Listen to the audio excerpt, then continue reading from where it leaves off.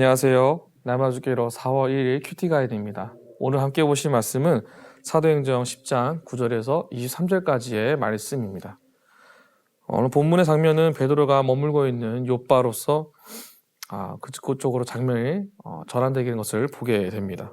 베드로가 배고픔을 느끼게 되는데 그때 환상을 보게 된 것을 본문 우리에게 보여주고 있습니다. 본문의 시간대가 실제적으로 그때 당시 일반적인 식사 시간이 아니었음에도 불구하고 베드로가 먹을 음식을 준비하는 동안 환상을 경험하게 되는데, 그렇다면 그가 어떤 환상을 경험하게 되었는지, 그 황홀한 상태에 빠져들어서 무엇을 보고 깨달았는지 함께 말씀을 살펴보고 은혜를 나누기 원합니다. 1번입니다. 베드로는 어떤 환상을 보았습니까? 11절입니다. 하늘이 열리며 한 그릇이 내려오는 것을 보니 큰 보자기 같고 내 귀를 메어 땅에 드리웠더라. 베드로가 기도하고 있었다는 사실은 그가 하나님의 메시지를 받을 준비가 된 상태를 성경 우리에게 의미하고 있습니다. 그 상황 속에서 베드로의 배고픔은 그가 환상의 성격 가운데 들어갈 수 있는 어떤 배경을 형성할 수 있는 좋은 기반이 되었다라고 볼 수 있는데요. 그로 인해서 그가 베드로의 마음속에 4개의 끈에 이끌려 하늘로부터 내려오는 커다란 보자기의 형상을 볼 수 있었다라는 것을 오늘 본문을 통해서 우리가 발견하게 되고 학자들의 의견이 있음을 보게 됩니다. 2번입니다. 일어나 잡아 먹어라 하시는 소리에 베드로는 어떻게 대답합니까? 13절 14절입니다. 또 소리가 있으되 베드로야 일어나 잡아 먹어라 하거늘 베드로가 이르되 주여 그럴 수 없나이다. 속되고 깨끗하지 아니한 것은 내가 결코 먹지 아니하나이다 한데, 그 보자기 안의 내용물들을 보면 부정하여 속되고 깨끗하지 않다라는 표현을 보면 레위기 11장에 나오는 유대법의 관점에서 먹기에 부적합한 동물들이 있었음을 보게 됩니다. 반대로 정한 동물들은 색임질을 하고 굽이 갈라진 동물들인데 그것이 그 안에 있었는지 여부는 확인할 수가 없습니다.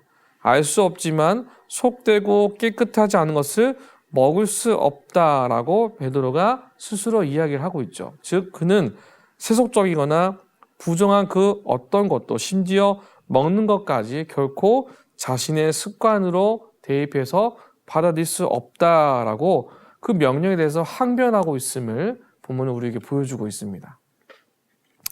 3번입니다. 베드로의 대답에 어떻게 말씀하십니까? 15절입니다. 또 두 번째 소리가 있으되 하느님께서 깨끗하게 하신 것을 내가 속되다 하지 말라 하더라.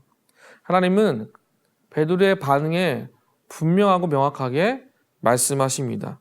내가 깨끗하다고 정한 것, 그렇게 말씀하신 것은 사람들이 무엇이라고 말하건 속되다고 간주하건 그것은 중요하지 않다라는 것이죠.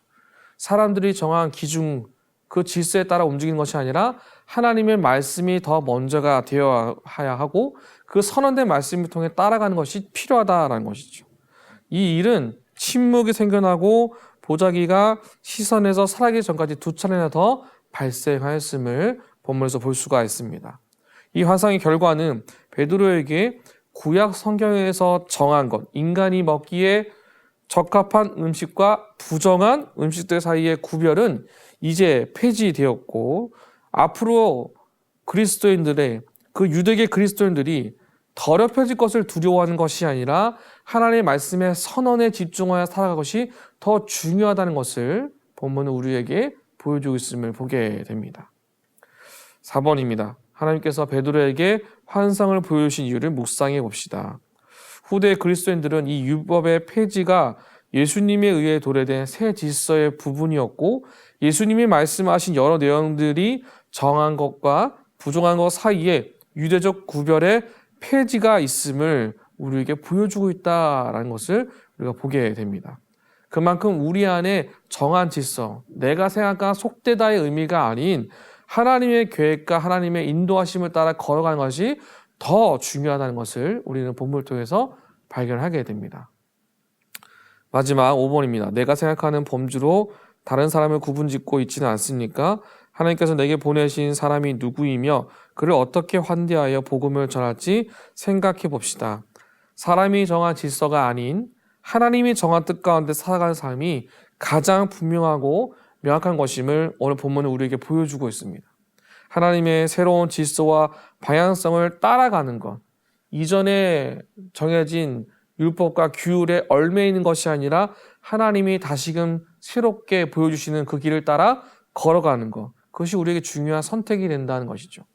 오늘 하루 그렇게 예수의 이름으로 주님과 함께 새로운 것이 적응되지 않을지라도 그 안에 하나님의 뜻이 있음을 기억하고 주님과 함께 걸어가는 저와 여러분 모두가 되시기를 주님의 이름으로 축복합니다.